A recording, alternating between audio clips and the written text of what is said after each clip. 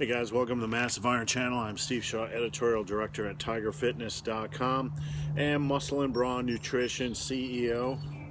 And this is Q&A Saturday, Cigar Saturday. I got about 5 questions from you guys, and I'm going to be answering them in this video. Today I'm smoking an Iron Horse Toro. Gets about an 86 rating, which is... usually I like to play around with cigars. I like to try cigars that are 90 or above, but this is pretty close and never tried an Iron Horse before, so giving it a try today. Out here in my backyard, and just finished up my taxes. Also enjoying a Budweiser Select, only 99 calories. So let me try to get control of my things here and take a look at the questions. The first question is from JTC. Now, if you guys have any questions, you can check out the link below over at TigerFitness.com. There's a link that goes to a forum Q&A. You can post your questions in that Q&A. If I answer your questions in this video, I'll send you a free t-shirt or a free copy of my book, Massive Iron. So the first question comes from JTC. JTC. Let me just make sure I got this lit evenly. These can be funny little buggers. A little windy out here.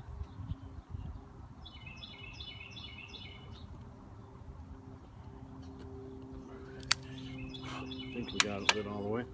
All right, JTC says, Bearded Beast, I have a question for you, my man. I've been in the gym for 4-ish years and been dedicated to it. I power build like you. He's a power builder. For those of you guys aren't familiar with the term power builder, it's someone who's after maximum strength and muscle. So he says, I power build like you, and I found your YouTube site and watched quite a bit of your videos. They're pretty helpful. Thank you. JTC continues. He says, I purchased your book Massive Iron a while ago and read through it a couple times. I was pretty interested in the idea of maximizing sets, but did notice that the book really pertained to a lot of beginner and early intermediate style of training. That's true. It's a base building book, and the principles are very much directed at beginners to early intermediates. Now he goes on to say, I do not think myself elite, but I do lift pretty big numbers. He has a 505 squat, a 325 bench, and a 530 deadlift. His height is 5'10", weight 200, and he's age 29. He eats clean 80% of the time, which is generally what I prescribe for a good amount of balance, have some fun in life. JTC goes on to say, I've always kind of done my own training and learned from peers that I've met in my life. Would you say your rep goal system could work for a late intermediate or early advanced power builder? He says, if not, what direction would you recommend training? I do a lot of research on training, which is only 1/3 of the pie. I want to know your opinion on the matter. Could you do a video? Absolutely. Let me just grab a drink here. Now, there's many ways you can approach training as an intermediate to advanced intermediate, or even early, early advanced training. Now his strength levels are really good. You got a 500 squat, a 325 bench, and a 530 deadlift. Now what I recommend is you start to learn to evolve your training based on needs. Now you can still use a rep goal system or maximizing sets on your assistance work. That's what I do in training. I go into the gym.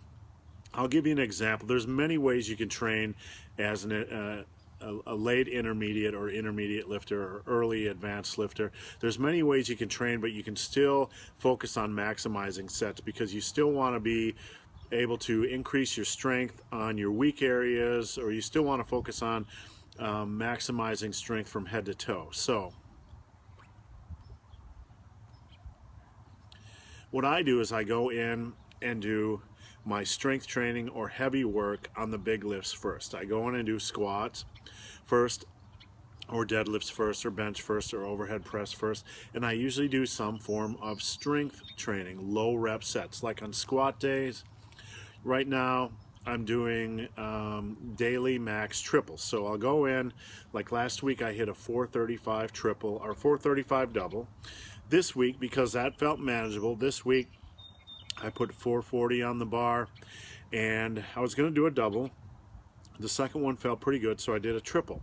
So I kind of advance in strength based on how I felt the previous week, and I think this is a good approach for you to take. You go in, try to do a double or triple on your big lifts to start off your training. On squats, bench, on deadlifts, you might want to do a triple. Stick with the triple, don't go for a double. You don't want to go too heavy on deadlifts. So you start off, and I would do something like that. I would do a max double, max triple on squats, bench, overhead presses, and based on how they feel, if it felt manageable, add 5 pounds the next week. If it felt too difficult, stick with that weight and just see how it feels the following week. That's a very simple approach. Now, there's a million ways you can approach as an advanced lifter, or a late intermediate lifter to early advanced lifter. You can do this type of training, and then once your heavy work is done, a lot of times, like on squats for example, I'll drop the weight by 10%. So I did a 440 triple, I dropped the weight down to 400, and I did a 5 rep set. Then I dropped the weight by another 10%, and I did 8 reps. So you can do that on your big lifts. I really recommend that if you're training them once a week, or even on an upper lower split, you could do this type of thing. Go in and hit your big double or triple, drop 10%, hit 5 reps, drop 10%, hit 8 reps. After that, you can do your assistance work. Your assistance work, for me, whatever you're doing for hamstrings, sand squat day hamstrings, or quads or whatever, you can use the rep goal system. You want to make sure that your training's very focused and you're building as much strength as you can on your assistance work. And you're going to be working generally within the 6 to 8 to 10 to 12, even higher, up to 15 depending on the exercise, the rep range. So you still want to be focused on progression or maximizing sets when you can, when it makes sense. So that's how I approach squats, that's how I approach bench press. Deadlifts, I typically only go in and do a big set, like a big double or triple. Then I might do one drop set, drop it by 10% or 15% in weight, and do another set, and then I move on to my back training, where again I'm maximizing sets. So for those of you guys that are in that stage where you've built a lot of strength, it's probably time to drop the lower rep sets and find some method of training. You can play around, you can do a west side-ish thing, you can do what I just described. There are just a million different ways you can focus on your low rep sets. You can do a 5x3, a 5x2, a 4x2, a 4x3, even a Wendler's type of rotation. But there's a million ways you can lead off your strength training at that point, but follow it up with assistance work that is focused on maximizing most of your sets. You don't have to become anal retentive and maximize every set. So JLC, I hope that helped. And if you have any questions, you can just hit me up in the Q&A below as a follow-up. Now let's move on to the next question. This is from Jorowin Nowin. Sorry if I pronounced your name wrong. Let me just hold it up here. Jorin Nowins. Sorry. Hard to pronounce that name. He says, I have a question I found little to no information about on the web. And I want to let you guys know I'm going in unscripted. I haven't looked at these questions. I just printed them off from the computer and I'm winging it right here live. So he says, I have a question I found little to no information about on the web, but I suspect I'm not the only one with this question. The question is about wrist size and growth. That's one of my areas of specialty, so I'm glad you're talking about this. He says, I'm a thin guy and 6 foot tall. My bones are far from thick.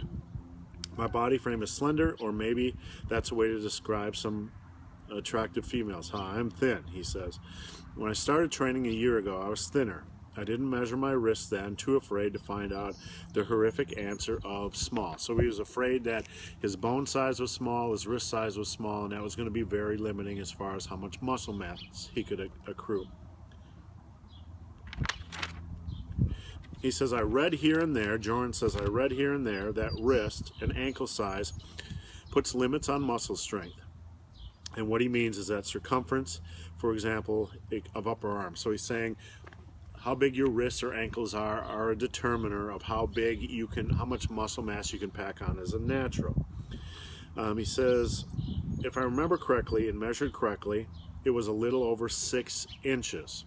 Say 6.1, 6.2, 6.3 inches was his wrist size. Then I watched a video of yours with a positive message saying 6-inch wrists can allow for a 16-inch upper arm. Wow, he says, really? Is that true? Mine isn't even 13 inches, but close to it. That is all very small, I know. Let me go to the second page here.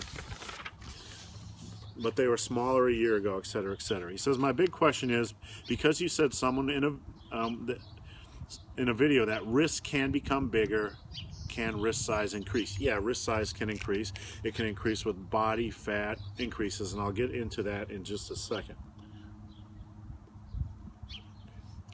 He mentions that mine went from 6.5 to 8 inches. So is this all true? All right, let me dive into, he also says, thanks, man. He says, do smoke a cigar when answering and you will have to shell out big bucks because I am Dutch and live in Dutchland. I'm not a teen anymore, but 33. I thought it essential to mention this, and I didn't start lifting weights till later in the spring. So let me just set this down here. Let me dive into this question because this is a topic I love.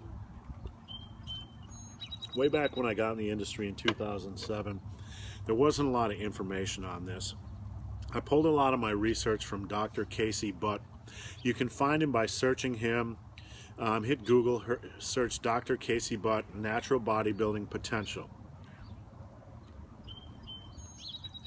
Now, in my opinion, there's no greater expert on the subject of natural bodybuilding potential than Dr. Casey Butt. Dr. Casey studied over 300 natural champions, 300 natural champions over the last 60 years. So he got a huge pool of data. He looked at legit natural champions, or as legit as you can get, and he found out some interesting things, and I can't get into all the information in this video, but I'm just going to get into the information pertaining to wrist size. Now, I analyzed Casey's information, and I boiled down natural muscle potential to a very simple formula, just as a guideline, not as a rule, not as a law, not to say you can't get any bigger, but as a guideline for you naturals who want to know how big your arms can get. So let's start by talking in a lean state. If you measure your wrist, and here's the bone right here on your wrist. If you measure right above that bone, right around your wrist, measure that, and then add about 10 inches to that, and that's about how big your arms could be at your current body fat level. Now, if you're a bigger guy, you're more obese, like say 30, 35, 40% weight, body fat percentage, it might be plus 11. It might be plus 11. So if you're a thin guy and your arms are like 6.3 inches, or your wrist is 6.3 inches around, a good goal for you at that weight is 16.3-inch arms at that current body fat percentage. If you're a bigger guy, say you have like 40% body fat and you have like a 7.5 inch wrist, a good goal for your arms would be like 17.5 to 18.5 inches. Now let me back that up with a little real world information based on me. I'm a small boned lifter, believe it or not. A lot of guys assume I was naturally big and naturally strong. Nothing could be further from the truth. In college, I weighed 155 pounds and I had 6.3-inch wrists, 6.3-inch wrists. I got my arms up to about 16.5 over the next 2 years, but I did gain about 10 pounds of fat. So my wrist size increased just a little bit, but my arm size remained about 10 inches above my wrist size. At my heaviest, as a power lifter, I was 346 pounds, and my wrist was like 7.5 or 7.7 or whatever. But my arms got up to about 19. So my wrist got to about 8 inches just because of extra fat and maybe a little extra muscle tissue, etc. You know, whatever. My wrist got upwards of 7.7, maybe 8 inches, but my arms were around 19. So again, as a heavier lifter, my arms got 11 inches bigger than my wrist. So I found that this standard that I just presented to you is rather reasonable. Now, can your wrists get bigger? Yeah, they can get bigger if you gain more body fat, but that's really not the goal most of us have.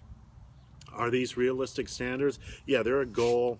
Consider them a goal each of you should shoot for. If you have 6.5 inch wrists, shoot for a minimum of 16.5 inch arms naturally. If you have 7 inch wrists, shoot for 17 inch arms.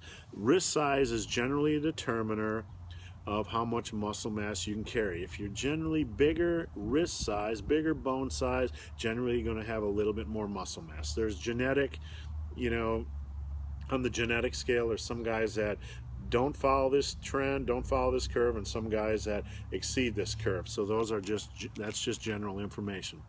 So yes, that's a good goal. And for the gentleman asking this question who has 13 inch arms, just keep training, just keep maximizing sets. You know, that's the best thing I can say. Watch your calories, make sure you're gaining about a pound and a half of weight a month. You said, let me backtrack. You mentioned you were 33, so I don't want you to bulk too fast.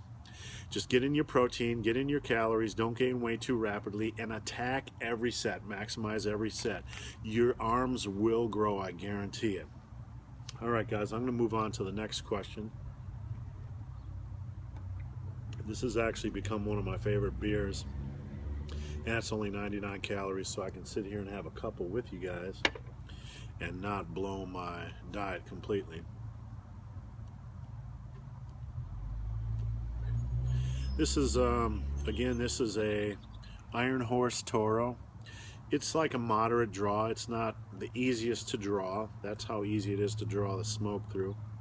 The flavor isn't bad. I can see why it's an 86 rated cigar.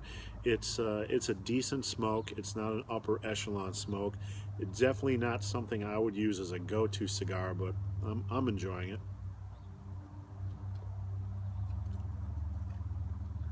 For those of you that never smoked, you don't inhale, so it's not like a cigarette. You're not destroying your lungs. You like to do a slow draw, taste that flavor of that cigar. All right, so I'm going to move on to the next question. This one's a little bit shorter. I got 3 more questions left. This one is from Ulrich23. Excuse me. Ulrich23 says, big, hairy, ugly dude. Is carb cycling necessary for someone who doesn't compete but would like to cut down on body fat and get to a certain body fat percentage? That's a very good question.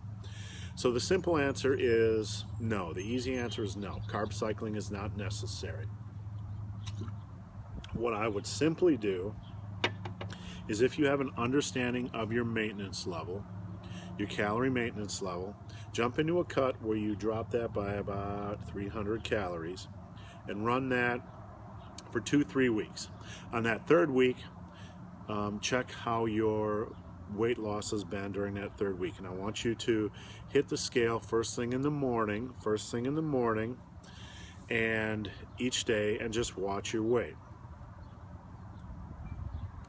Now from there, if you're losing weight at a comfortable pace, about 1.5 pounds to 2 pounds a week, keep your calories there as long as you are losing that amount of fat. You want to keep your training the same. You don't want to go wimpy in the gym and lose muscle. Now, if it starts to decrease, the rate of weight loss decreases, or you're not losing it as rapidly. From there, you want to drop the calories by another 200 and run that for another 2 to 3 weeks. You don't want to make big jumps, and you don't want to make jumps every week. You want to do a slow transition until you find that consistent rate of gain or rate of loss. Now, after you've dropped your calories, after you're at the point where you've been losing weight consistently for a month and a half, 2 months, if you start to hit a stall at that point, then I would add in cardio. Now, to begin with, I would be doing about three sessions of cardio for 20 minutes right out of the gate. No more, no less. Cardio is not the primary fat loss mechanism. Diet is. But after about a month and a half to 2 months, if you start to stall, if you start to plateau at that calorie level, then I would bump up your cardio a little bit, like 3 to 4 sessions a week of 30 minutes. Run that for a week and see if it makes any difference in your fat loss. From there, if you want to, excuse me, I gotta get this wrapper off. If you feel like you're still stalling, I wouldn't overkill the cardio. I would simply drop your calories by another 100. You don't want to make big adjustments at that point. You want to make small adjustments. But there is a point where you don't want to continue to drop your calories too low. So at that point, if you're stalling after like 2 months, and let's say you've got 5% more body fat to lose, a cut might take another 4 to 6 weeks. What you want to do at that point is either try carb cycling or lowering your carbs. Either one's viable. I eat a very low carb diet. I cut out mostly crap. You could just go to all clean foods except for like 1 cheat meal a week. At that point, you could try carb cycling. You could try just lowering your carbs in general, or you could try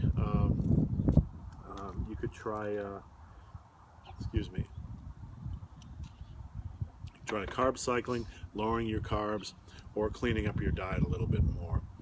But generally, for most of us, the cut is going to remain consistent. Now, if you're trying to hit your rate of weight loss is going to be consistent once you drop your calories a little bit.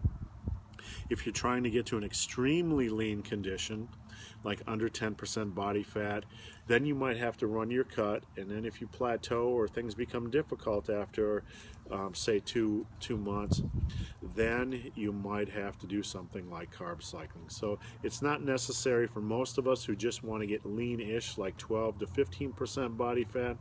But if you want to get below it and your current cutting diet kind of stalls, then you might have to implement it.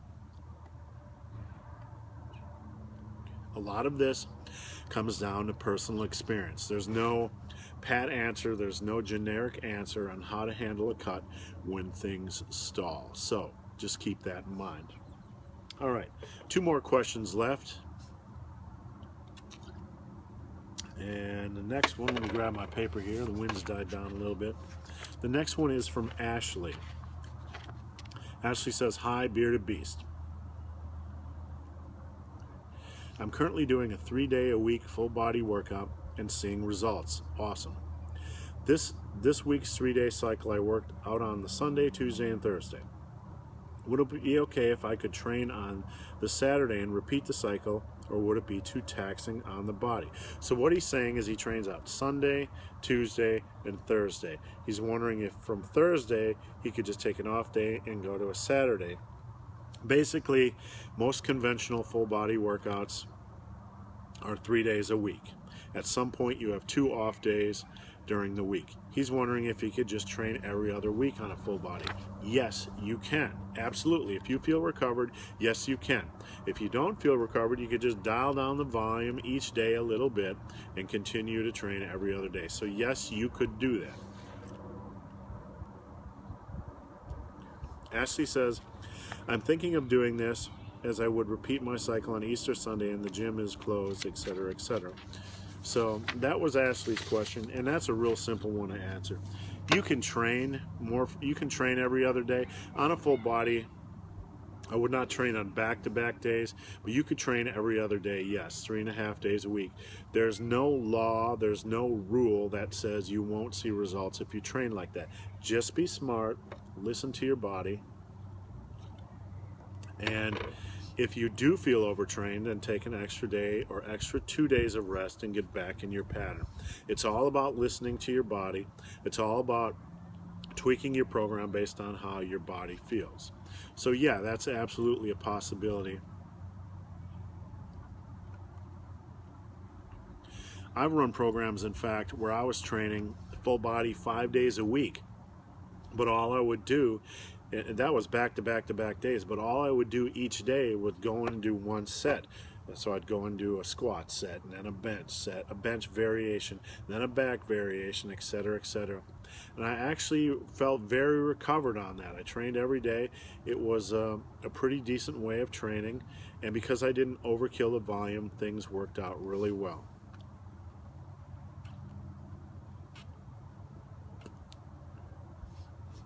All right, last question here is from SROW3, SROWE3. And SRO says, "Oh bearded man of beastliness. Being a big follower," before I answer this question, before I read this question, if I answered your question in this video, you can hit me up at steve.shaw@tigerfitness.com. That's my email. Steve, S-T-E-V-E, Shaw, S-H-A-W, @tigerfitness.com, or you can go over to my Q&A, which is linked below, and you can tell me whether you want a free t-shirt or whether you want a free copy of my book, Massive Iron. Either way, I'll hit you up. Oh, bearded beast. Being a big follower of you, I'm well aware you're a massive fan of the row as a back exercise. Yes, I am. Do you believe that doing both heavy dumbbell rows and barbell rows in the same session will be more beneficial, or to just focus on one of the exercises per back session? Big fan from England. Keep the real talk coming. Thank you. I appreciate it. Can you do both in a workout? Yeah, you can. I generally only do barbell and dumbbell rows in the same workout if I'm training once a week, like I am now. So my workout right now, I'm training back and deadlifts once a week, and I go in, I get my deadlift work in, then the next thing I do is dumbbell rows. So this past week I hit a 600-pound single on deadlifts, then I did a drop set, and I think I did like 6 reps or 8 reps with 545 or 500 or whatever it was. And then I went over the dumbbell rows. I did 2 to 3 sets on dumbbell rows, 170 by 10. And then instead of doing barbell rows, I went and did landmine rows, which is putting a barbell in the corner. Sometimes I do barbell rows. And then I went on to do inverted rows, or fat man pull-ups, as I like to call them. So yeah, if you're training back and deadlifts, you're just doing back work once a week, yeah, absolutely, you can do dumbbell and barbell rows in the same workout.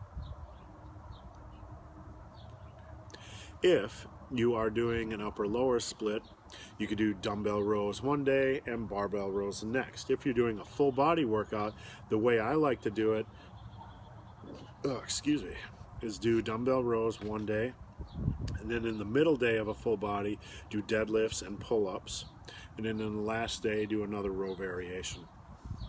So yeah, absolutely, you can do multiple row variations in a workout. When I'm doing back, I like to do deadlifts and then 3 other back exercises for 2 to 3 sets. I like to do a couple rows, a couple different row variations. If I'm in a commercial gym, I might do seated cable rows if I'm training with Mark Loeblein or other athletes. Sometimes I do the pullover machine like Dorian Yates used to do, just for fun variation. Now, something else you can do is, if you're training once a week or even on an upper-lower split, and there's a lot of back exercises that you like to use,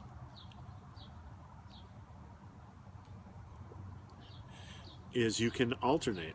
Like sometimes I'll do, when I say alternate, if you're doing back one day a week, you could do dumbbell rows one week and barbell rows the next. And So you could do like dumbbell rows and seated cable rows one week, and then the next week you could do like barbell rows and machine rows. So alternate the exercise every other week.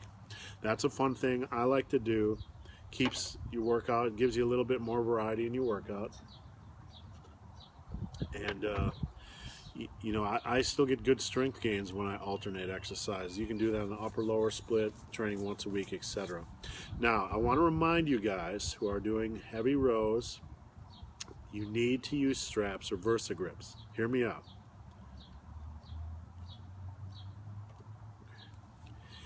At some point, if you're pushing your strength on rows, your row strength is going to overshadow your grip strength. At my strongest, I was doing barbell rows, Pendley version, 405 for 5 reps. I could not double overhand grip that. Never let your grip strength limit your back strength. That is an idiotic way to approach training. At my strongest on dumbbell rows, I was at 270 pounds for 10 reps. There's no way I could have lifted that without straps.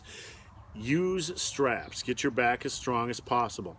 If your grip is weak, do your back work and then move on and do grip work. But don't ever let your grip hinder your deadlifts or your back exercises. So yes, you can do multiple row variations in each workout. In fact, I think that's a great idea. You can never have enough back strength. You can never have enough quad strength. You can never have enough tricep strength. So guys, that's it for Cigar Saturday. I appreciate you guys watching this long video. Again, if I answered your question in this video, hit me up via email at steve.shaw@tigerfitness.com or hit the Q&A below. I'll send you a t-shirt, or a free copy of my book. And if you want your question featured next Saturday's Cigar Saturday Q&A, come on over, post your question below. I answer every question posted, even if it doesn't make it into this video.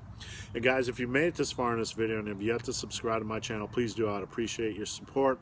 I'm not one of these crazy guys. I don't try to stir up drama on YouTube. I'm just a guy who loves lifting.